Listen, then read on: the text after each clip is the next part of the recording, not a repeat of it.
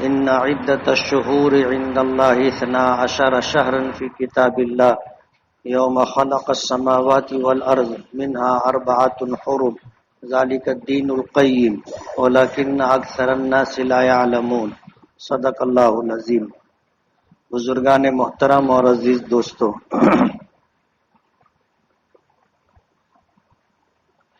محرم الحرام کی آج 3 تاریخ ہے۔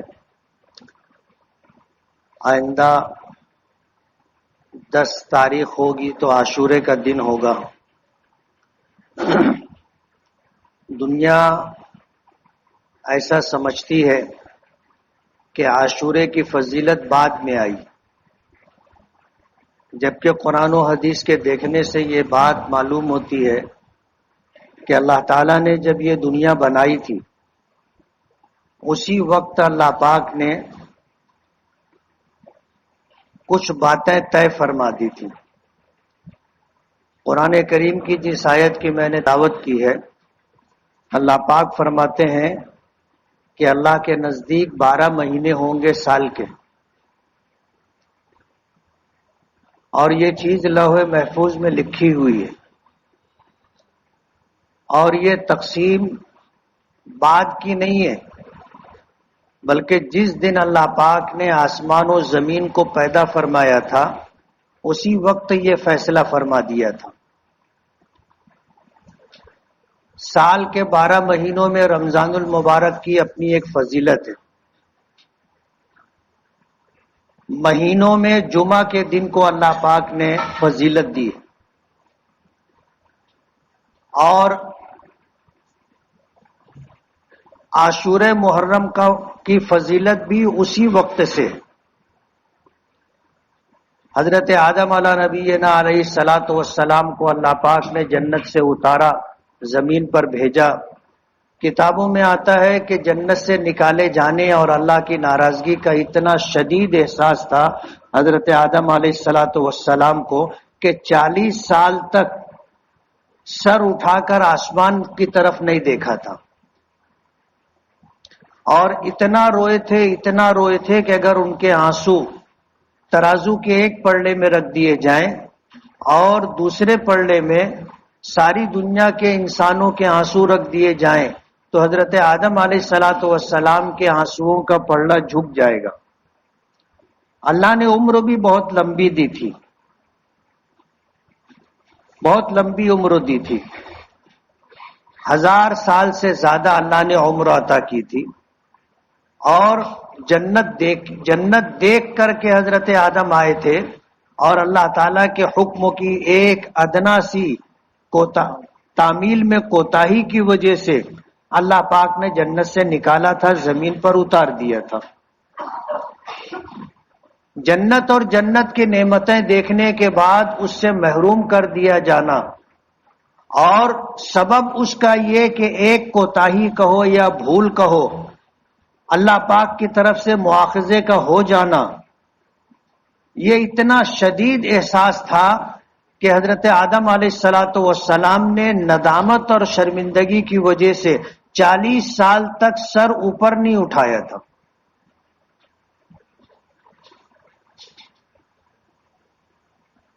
دعا کرتے رہے، اللہ سے توبہ کرتے رہے، معافی مانگتے رہے۔ قرآن کریم کی آیت جو ہم ایک آیت ہے جس دعا کے طور پر ہم لوگ کہتے ہیں ربنا ظلمنا انفسنا وَإِن لَّمْ تَغْفِرْ لَنَا وَتَرْحَمْنَا لَنَكُونَنَّ مِنَ الْخَاسِرِينَ، یہ حضرت آدم علیہ الصلاۃ والسلام کی دعا ہے کہ اے ہمارے پروردگار، ہم نے اپنی جانوں پر ظلم کیا ہے، وَإِن لَّمْ تَغْفِرْ لَنَا، اگر آپ نے ہمیں معاف نہیں کیا، وَتَرْحَمْنَا، اور ہم پر رحم نہیں فرمایا، تو ہم نقصان اور خسارہ اٹھانے والے لوگوں میں سے ہو جائیں گے۔ مسلسل دعا کرتے رہے۔ اللہ پاک نے جس دن توبہ قبول فرمائی تھی وہ عاشورہ محرم کا دن تھا۔ نوح علیہ الصلاۃ والسلام کے واقعات پچھلے ہفتے میں نے کچھ سنائے تھے۔ ان کی کشتی 6 مہینے تک پانی پر رہی، اور جب جودی پہاڑ پر کنارے لگی تو عاشورہ محرم کا دن تھا.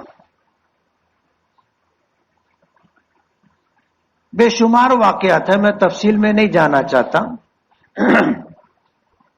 تو عاشورہ محرم کی فضیلت پہلے سے ہے. موسیٰ علیہ الصلوۃ والسلام، بنی اسرائیل کا نجات پانا، فرعون کا غرق ہو جانا اور بھی دیگر واقعات جو ملتے ہیں وہ عاشورہ محرم کو پیش آئے تھے. اگر یہ کہا جائے کہ عاشورہ محرم میں سیدنا حسین رضی اللہ تعالی عنہ اور خانوادہ اہل بیت کی شہادت عاشورہ محرم کو ہوئی تو ان کی شہادت کی فضیلت بڑھ گئی، تو یہ بات مانی جا سکتی. کیوں؟ عاشورے کی فضیلت پہلے سے ہے، اور اس دن حضرت حسین اور خانوادہ اہل بیت کی شہادت کے واقعے کا پیش آنا ان کی شہادت عند اللہ مقبول ہونے کی علامت ہے کہ اللہ نے ان کی شہادت کے لیے یہ دن منتخب کیا، عاشورے کے دن کو چنا. اس لیے یہ جو سوچ ہے کچھ لوگوں کی کہ عاشورے کی فضیلت سیدنا حسین رضی اللہ تعالی عنہ اور خانوادہ اہل بیت کی شہادت کی وجہ سے ہے، تو ایسا نہیں ہے. یہ دن پہلے سے تھا اور اس دن کی فضیلت پہلے سے ہے. حدیث پاک میں آتا ہے کہ قیامت بھی عاشورہ محرم کو ہوگی. جب یہ دنیا اللہ پاک ختم کریں گے، اس کا نظام درہم برہم ہوگا، تو وہ دن بھی عاشورہ محرم کا ہوگا اور جمعہ کا دن ہوگا. اور اتفاق کہیے کہ یہ جو عاشورے کا دن آ رہا ہے یہ بھی جمعہ کو ہے. اس سے پہلے بھی کئی اس طرح کے عاشورے کی تاریخ جمعہ کے دن واقع ہو چکی ہے. تو اللہ پاک نے سال کے 12 مہینے بنائے. ان عدت الشہور عند اللہ 12 شہرا فی کتاب اللہ، کہ لوح محفوظ میں اللہ کے نزدیک سال کے مہینوں کی تعداد 12 ہے، اور یہ چیز لوح محفوظ میں لکھی ہے. اور جس دن اللہ پاک نے آسمانوں کو اور زمین کو پیدا کیا تھا اسی دن یہ ترتیب طے کر دی تھی، اور جب سے یہ سلسلہ چلا آ رہا ہے. رمضان کا مہینہ اللہ کے نزدیک بابرکت مہینہ تھا. اللہ نے اس مہینے کو امت محمدیہ کے لیے مختص کیا تھا. پچھلی امتوں کو رمضان کے روزے نہیں ملے تھے. جمعہ کا دن اللہ کے نزدیک ہفتے کے دنوں میں سب سے زیادہ بابرکت اور سب سے زیادہ خیر کا دن ہے. اللہ نے وہ دن بھی اس امت کے لیے چنا تھا. اللہ نے اختیار دیا تھا، بنی اسرائیل کو اختیار دیا تھا کہ وہ ہفتے کے دنوں میں سے کوئی دن اپنے لیے چن لے. تو انہوں نے اپنی کتابوں کو دیکھا اور دیکھنے کے بعد یہ طے کیا کہ ہمارے لیے وہ دن سنیچر کا ہوگا. گزشتہ ہفتے میں نے یہ بات کہی تھی کہ یہودیوں کا یہ عقیدہ ہے کہ اللہ نے اس دنیا کو جب بنانا شروع کیا تو آسمان، زمین، چاند، ستارے، سورج، یہ سب کچھ اللہ پاک نے ترتیب سے بنایا اور 6 دن میں یہ دنیا بنائی. اتوار سے شروع کیا تھا اور جمعہ کے دن پوری کائنات بنا دی تھی. تو یہودیوں کا عقیدہ ہے کہ اللہ نے سنیچر کے دن آرام کیا تھا، اس لیے انہوں نے سنیچر کا دن چنا. عیسائیوں کو جب یہ اختیار دیا گیا کہ اپنے لیے کوئی دن چھٹی کا چنے تو انہوں نے اتوار کا دن چنا. اس امت کو اللہ پاک نے اختیار دیا، اور وہ بھی ایک واقعہ ہے کہ جب نبی کریم صلی اللہ علیہ وسلم کو نبوت و رسالت ملی، دعوت و تبلیغ کا فریضہ انجام دینا شروع کیا، تو یہ سلسلہ چلتا رہا اور 13 سال آپ نے مکے میں گزارے.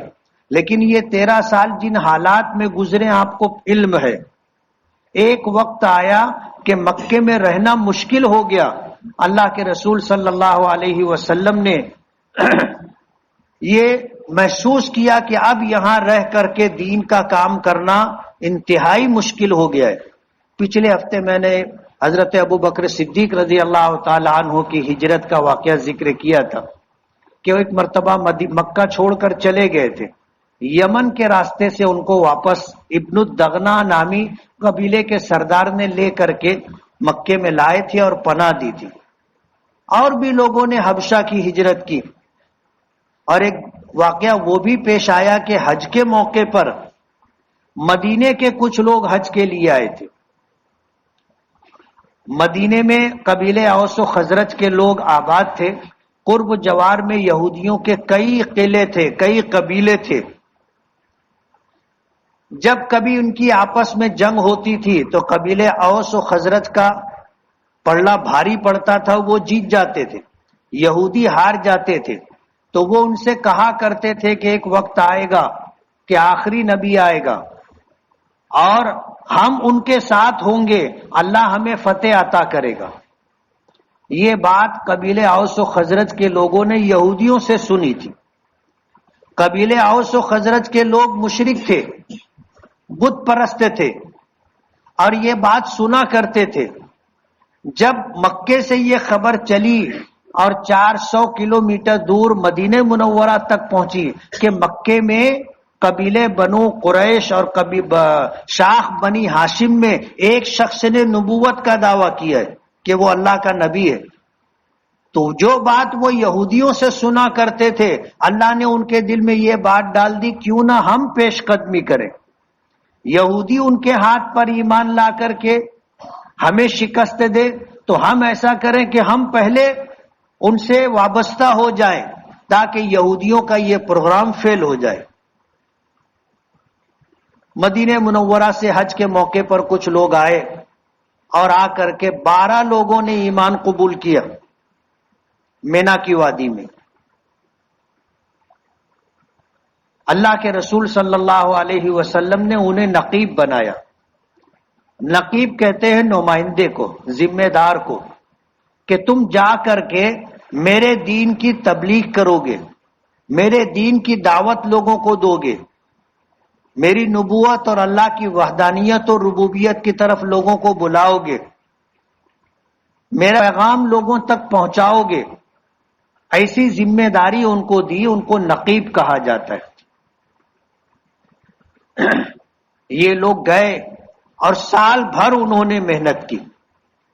جب دوسرا آیا تو مدینے سے جو لوگ حج کے لیے آئے ان میں 70 لوگ ایسے تھے جو ایمان قبول کرنے کے لیے مدینے سے مکے کا سفر کیا تھا حج کے عنوان سے۔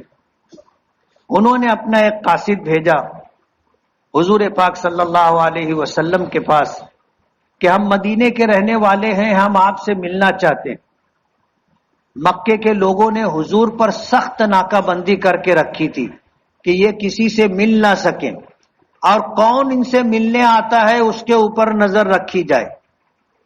جب ایک شخص نے ملاقات کی اور اپنا یہ پیغام دیا کہ مدینے کے لوگ آئے ہیں، آپ سے ملنا چاہتے ہیں، تو حضور پاک صلی اللہ علیہ وسلم نے فرمایا کہ میں مینا کی فلاں وادی میں رات کی تاریکی میں آؤں گا ملنے کے لیے۔ اور نبی کریم صلی اللہ علیہ وسلم طے شدہ پروگرام کے مطابق ان سے ملاقات کے لیے رات کی تاریکی میں پہنچے مینا کی وادی میں۔ وہاں جا کر کے ان سے بات چیت ہو رہی تھی۔ اللہ کے رسول صلی اللہ علیہ وسلم اپنا فرض منصبی ادا کرتے ہوئے اللہ کی الوہیت، وحدانیت، ربوبیت کی دعوت دے رہے تھے، اپنے نبی اور رسول بنائے جانے کا پیغام دے رہے تھے۔ یہ آواز رات کی خاموشی میں دور تک جا رہی تھی۔ حضرت حمزہ رضی اللہ تعالی عنہ نے کہیں مینا کی وادی میں تھے، ان کے کانوں تک یہ آواز پہنچی تو وہ چونک گئے کہ یہ تو بھتیجے محمد کی آواز صلی اللہ علیہ وسلم۔ تو وہ آواز کی سمت چلتے ہوئے ان لوگوں تک پہنچے اور وہاں جا کر کے دیکھا، سمجھا۔ مدینے کے لوگوں نے مکے والوں کی تکلیف کے پیش نظر حضور کو دعوت دی کہ آپ ہجرت کر کے مدینہ تشریف لے آئے۔ حضرت حمزہ رضی اللہ تعالی عنہ نے کہا کہ تم سوچ لو کیا کہہ رہے ہو۔ اگر تم نے اس بات کی دعوت دی ہے اور اللہ کے نبی نے اگر اس دعوت کو قبول کر لیا تو یہ سمجھ لو کہ پورا عرب ایک کمان ہو کر کے تمہارے خلاف رہے گا۔ کیا تم سارے عرب کا مقابلہ کر سکتے ہو؟ اتنی ہمت جرت اور اتنی تیاری ہے؟ ان لوگوں نے اطمینان دلایا کہ ہم آپ کو مدینہ آنے کی دعوت دے رہے ہیں، ہم آپ کی حفاظت کے لیے اپنی جان، اپنا مال، اپنی آل اولاد سب کچھ قربان کرنے کے لیے تیار۔ اگر سارا عرب بھی ہمارے خلاف ہو گیا تو ہمیں اس کا غم نہیں ہے، اس کا ڈر نہیں ہے۔ ہم آپ کی جان کو اپنی جان سے مقدم سمجھیں گے، ہم آپ کے لیے اپنا سب کچھ قربان کرنے کے لیے تیار۔ حضرت حمزہ نے ان کو زمانے کی حالات کی اونچ نیچ سب بتا دی، لیکن مدینے کے لوگوں نے ایک بات طے کر لی تھی اور اپنی بات پر آخر تک قائم رہے۔ اللہ کے رسول صلی اللہ علیہ وسلم نے ہجرت کرنے سے پہلے مدینے والوں کی تربیت، دین کا سکھانا اور ان کی تربیت کے پیش نظر ایک صحابی کو مدینہ روانہ کیا تھا خاموشی سے، کہ تم جا کر کے ان کو دین سکھاؤ، دین بتاؤ، ان کی تربیت کرو۔ جب یہ مدینہ پہنچے تو مدینہ پہنچ کر کے اپنی ذمہ داری پوری کرتے رہے۔ اہل مدینہ کاشتکار تھے، کھجوروں کے باغات تھے، کھیتی باڑی کرنے والے لوگ تھے۔ تو تمام لوگوں نے مل کر کے ان صحابی سے یہ مشورہ کیا کہ ہم سب مزدور لوگ ہیں، محنت جفا کشی کرتے ہیں، زمین پر ہل چلا کر کے پانی دے کر کے ہم لوگ اپنی روٹی روزی حاصل کرتے ہیں، تو ہمارے لیے ہفتے میں کوئی ایک دن طے کر دے، جس دن ہم کام پر نہیں جائیں گے اس دن مکمل آپ کے ساتھ گزاریں گے اور اللہ کا دین سیکھیں گے۔ باہمی مشورے سے جمعہ کا دن طے ہوا۔ یہودیوں نے اپنے لیے سنیچر کا دن چنا تھا، عیسائیوں نے اپنے لیے اتوار کا دن چنا تھا، اور مسلمانوں نے اپنے لیے جمعہ کا دن چنا۔ اور اللہ کے نزدیک بھی ہفتوں میں فضیلت والا دن جمعہ کا دن ہے۔ سنیچر سے لے کر کے جمعرات تک جو اعمال خیر کیے جاتے ہیں اس پر جو اجر و ثواب ملتا ہے، اگر وہی کام جمعہ کے دن کیا جائے تو اجر و ثواب 70 گنا بڑھ جاتا ہے۔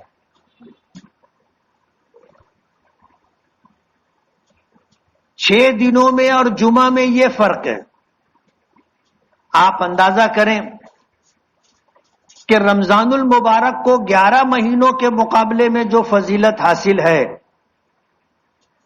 کہ 11 مہینے میں جو اعمال کیے جاتے ہیں اگر وہ اعمال رمضان المبارک میں کیے جائیں تو ایک نفل کا ثواب فرض کے برابر ہوتا ہے، اور ایک فرض کا ثواب 70 فرض کے برابر ہوتا ہے۔ اور اگر جمعہ کا دن رمضان المبارک میں آ جائے تو آپ اسے پھر 70 سے ضرب دے لیں، اجر و ثواب اتنا بڑھتا ہے۔ اور یہ فضیلت اللہ پاک نے اس امت کو عطا کی۔ میں نے کبھی یہ بات کہی تھی کہ یہ اللہ کا انصاف ہے۔ حضرت آدم کی عمر 1000 سال سے زیادہ تھی، اور جیسے جیسے زمانہ گزرتا گیا عمریں کم ہوتی گئی۔ حضور پاک صلی اللہ علیہ وسلم نے فرمایا کہ میری امت کی اوسطاً عمر 60-70 سال، اعمار امتی ما بین 60 و 70، میری امت کی اوسطاً عمر 60-70 سال۔ اور 60 سال میں آدمی کیا ہو جاتا ہے آپ کو پتہ ہے؟ سرکار بھی 60 سال آنے سے 2-4 سال پہلے ریٹائر کر دیتی ہے۔ یعنی یہ فیصلہ ہو چکا کہ اب یہ آدمی کام کا نہیں رہا۔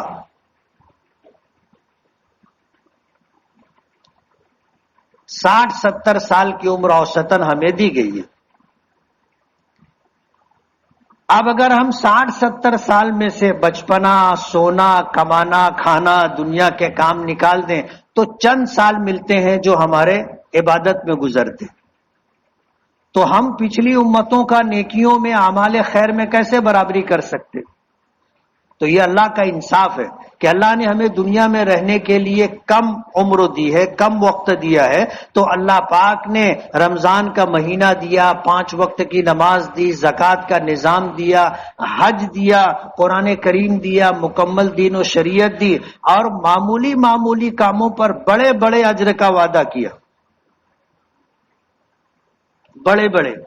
اور یہ 60-70 سال میں جو کام ہم کرتے ہیں، اگر ان کاموں کو ہم جو ہمارے لیے ضروری ہیں سنت کے مطابق کریں تو اعمال ضروریہ کو بھی اللہ پاک نے عبادت قرار دے گا۔ میں نے پیچھے ایک مثال دی تھی، حضور پاک صلی اللہ علیہ وسلم نے فرمایا کہ آدمی اپنی بیوی سے صحبت بھی کرتا ہے تو اللہ اس پر اجر دیتا ہے۔ صحابہ کرام کہنے لگے اللہ کے رسول یہ کیسے ہوگا؟ ہم تو اپنی خواہش پوری کر رہے ہیں، اپنی خواہش پوری کر رہے ہیں، اپنی ضرورت پوری کر رہے ہیں، اس پر اجر و ثواب؟ تو حضور نے فرمایا تھا کہ تم یہ بتاؤ کہ اگر یہ کام تم اپنی بیوی کے علاوہ کسی اور پرائی عورت سے کرو گے تو گناہ ہوگا یا نہیں؟ کہنے لگے تو بہت بڑا گناہ ہے، یہ تو زنا ہے، بہت بڑا گناہ ہے۔ تو حضور نے فرمایا کہ اگر اللہ کے حکم کی تابع داری میں اپنی یہ ضرورت تم جائز طریقے سے پوری کر رہے ہو اللہ اس پر اجر دے گا۔ اور فرمایا کہ وہ لقمہ جو پیار و محبت کے عنوان سے شوہر اپنی بیوی کے منہ میں دیتا ہے اللہ اس پر بھی اجر دیتا ہے۔ اس سے ہٹ کر کے ایک مثال، جیسے پیشاب پخانے کے لیے ہم لوگ بیت الخلا جاتے، ہماری ضرورت ہے، بغیر اس کے چارہ نہیں ہے، لیکن سنت طریقے پر جائیں کہ آدمی دعا پڑھ لے، بیت الخلا میں بایاں پیر رکھے، اپنی ضرورت پوری کرے، نکلے دایاں پیر باہر رکھے اور دعا پڑھ لے، تو یہ جو وقت گزرا ہے اور یہ جو عمل ہوا ہے اللہ اس پر بھی اجر دے گا۔ حضرت ابو ایوب انصاری رضی اللہ تعالی عنہ ملک شام گئے تھے،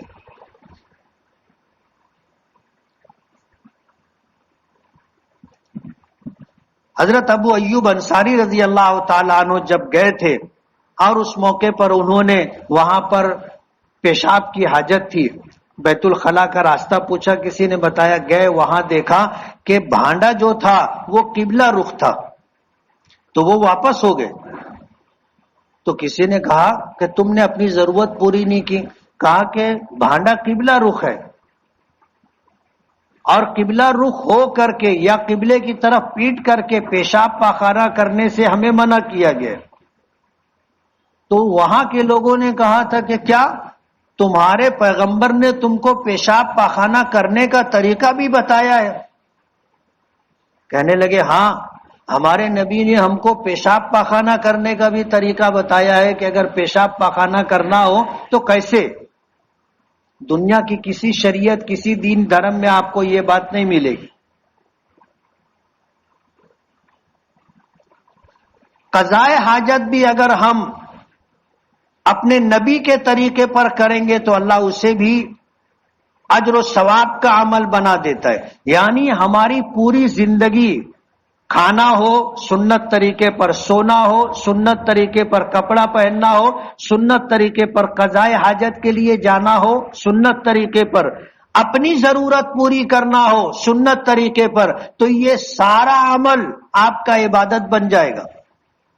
حالانکہ ہم سمجھتے ہیں نماز عبادت ہے، روزہ عبادت ہے، زکوٰۃ عبادت ہے، حج عبادت ہے، باقی چیزیں تو ہماری ضرورت ہے، لیکن اپنی ضرورت بھی اگر شریعت اور نبی کے طریقے پر ہم پوری کریں تو اللہ اسے بھی اجر و ثواب کا ذریعہ بنا دیتا ہے۔ بتانا یہ ہے کہ یہ 60-70 سال کی عمر جو اللہ پاک نے دی ہے، یہ عمر ایسی ہے کہ اگر اس کو صحیح طریقے سے ہم استعمال کریں تو ماضی میں جو لوگ گزرے جن کی عمریں 1000 سال، 900 سال، 800 سال، ہم اجر و ثواب میں ان سے آگے جا سکتے، اس سے آگے چلے جائیں گے۔ جیسے شب قدر ہے، 83 سال 4 ماہ سے زیادہ زمانہ عبادت میں گزرا، اگر آپ نے شب قدر میں عبادت کی ہے تو 10 شب قدر اگر کسی کو مل گئی تو 830 سال کا زمانہ اس نے اللہ کی عبادت میں گزارا. اور کتنے خوش نصیب ایسے ہیں جو کہتے ہیں کہ بالغ ہونے کے بعد سے آج تک ہماری شب قدر کبھی فوت نہیں ہوئی. ماں باپ کے چہرے کو محبت سے دیکھنے پر اللہ مقبول حج عمرے کا ثواب دیتے. صحابہ کرام کہنے لگے ہم دن میں 70 بار دیکھیں گے. تو حضور نے فرمایا کہ ان اللہ لا یمل حتی تملو، اللہ نیکی دینے سے نہیں تھکتا، تم نیکی کماتے تھک جاؤ گے. اللہ کے خزانے میں کمی نہیں ہے، اللہ کبھی دینے سے نہیں تھکتا. فرمایا کہ راستے میں اگر کوئی تکلیف دہ چیز پڑی ہے، اینٹ کا روڑا ہے، پتھر کا ٹکڑا ہے، کیلے کا چھلکا ہے، کانچ شیشے کی کوئی ٹکڑا ہے، آپ نے اسے کنارے کر دیا، اللہ اس پر بھی اجر دے گا. کسی مسافر، کسی راہگیر کو آپ نے راستہ بتا دیا، اللہ اس پر بھی اجر دے گا. اجر و ثواب بے پناہ اس امت کے لیے اللہ پاک نے مختص کیا تھا. عاشورہ کا دن اللہ نے پچھلی امتوں کو دیا تھا. نبی کریم صلی اللہ علیہ وسلم جب ہجرت کر کے مدینہ پہنچے تو دیکھا کہ یہودی عاشورہ کے دن روزہ رکھتے. آپ نے دریافت فرمایا کہ عاشورہ کا روزہ کیوں رکھتے ہو؟ تو یہودی کہنے لگے کہ یہ وہ دن ہے جس دن اللہ پاک نے حضرت موسیٰ اور بنی اسرائیل کو فرعون کے ظلم و ستم سے نجات دی تھی اور فرعون کو غرق دریا کیا تھا، اس لیے ہم روزہ رکھتے.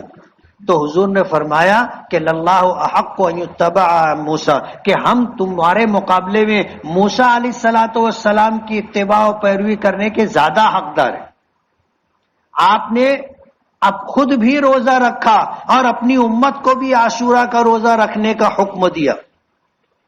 لیکن جب دوسرا سال آیا تو آپ نے اپنی امت کو اس بات کی تلقین کی کہ ہمیں اہل کتاب کی مشابہت نہیں اختیار کرنی ہے. روزہ رکھنا کوئی گناہ کا کام نہیں تھا، روزہ رکھنا کوئی گناہ کا کام نہیں تھا، لیکن عبادت میں بھی غیروں سے مشابہت نہیں ہونی چاہیے. تو حضور نے فرمایا کہ اگر زندگی رہی اگلے سال اگر عاشورہ کا دن ملا تو ہم 2 روزے رکھیں گے، 9 اور 10 یا 10 اور 11، ایسے 2 روزے رکھیں گے تاکہ اہل کتاب سے ہماری مشابہت نہ ہو.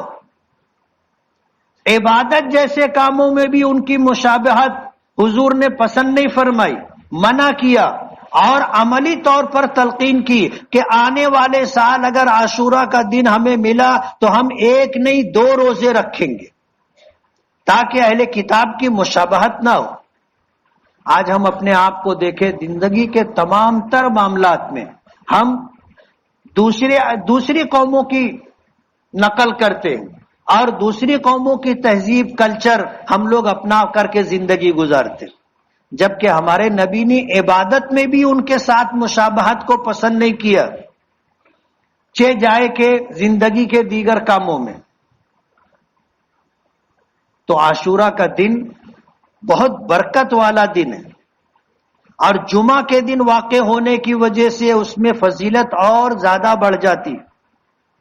یہی وجہ ہے عاشورے کے دن کا روزہ اپنے اندر جو فضیلت رکھتا ہے، جمعہ کے دن واقع ہونے کی وجہ سے 70 گنا اجر و ثواب اس کا بڑھ جائے گا. 1 سال کے روزے کا ثواب ملتا ہے، اور اگر جمعہ کا دن مل جائے تو آپ 70 سے ضرب دے لیں، 70 سال کے روزے کا ثواب. اور یہ معمولی ثواب نہیں ہے. آج ہمیں نیکیوں کی قدر نہیں ہے، نیکیوں کی قیمت کا اندازہ نہیں ہے. کل قیامت کے دن جب نیکی اور بدی تولی جائے گی اور جس کی نیکی کا پلڑا جھکے گا وہ جنت میں جائے گا، اس وقت آدمی کو احساس ہوگا کہ نیکی کس کو کہتے. واقعات بڑے عجیب و غریب ہیں. ایک نیکی پر آدمی رک جائے گا اور ایک نیکی دینے پر آدمی پاس ہو گئے، جنت میں چلا جائے گا. کیوں؟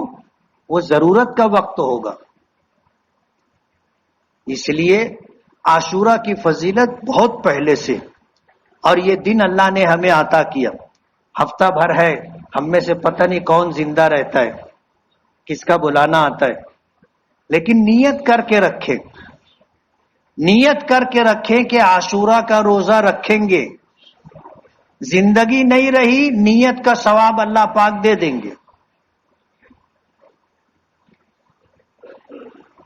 نیت اگر ہم نے کر لی ہے اور عمر نے وفا نہیں کی اور جمعہ کا دن آنے سے پہلے بلاوا آ گیا، ہم نے روزہ رکھنے کی نیت کی تھی، بغیر روزہ رکھے اللہ پاک روزے کا ثواب دیں گے. اور یہ اس امت کے لیے، پچھلی امتوں کے لیے یہ بات نہیں تھی، اس امت کے لیے اللہ پاک نے یہ گنجائش رکھی.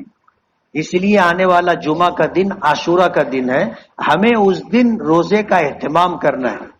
اور نفل روزہ ایسے بھی اکیلے جمعہ کے دن رکھنا منع ہے.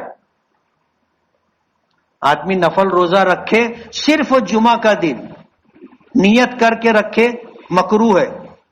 حضور پاک صلی اللہ علیہ وسلم نے منع فرمایا، اگر نفل روزہ رکھنا ہے، اور یہ عاشورے کا روزہ ہم پر پہلے فرض تھا جب تک رمضان کے روزے فرض نہیں ہوئے تھے. جب رمضان کے روزے فرض ہوئے تو اس کی فرضیت ختم ہو گئی، اب وہ نفل ہو گیا. جمعہ کا دن کا روزہ ہے، ایسے بھی ہمیں ایک دن ملانا ہے. اور حضور نے ملانے کے لیے کہا عاشورہ کے روزے کے ساتھ، تو جمعرات جمعہ یا جمعہ اور سنیچر، ایسے 2 دن کا روزہ ہمیں رکھنا ہے. رکھیں گے نا؟ اللہ ہمیں عمل کی توفیق دے. وآخر دعوانا ان الحمدللہ رب العالمین. جن ساتھیوں نے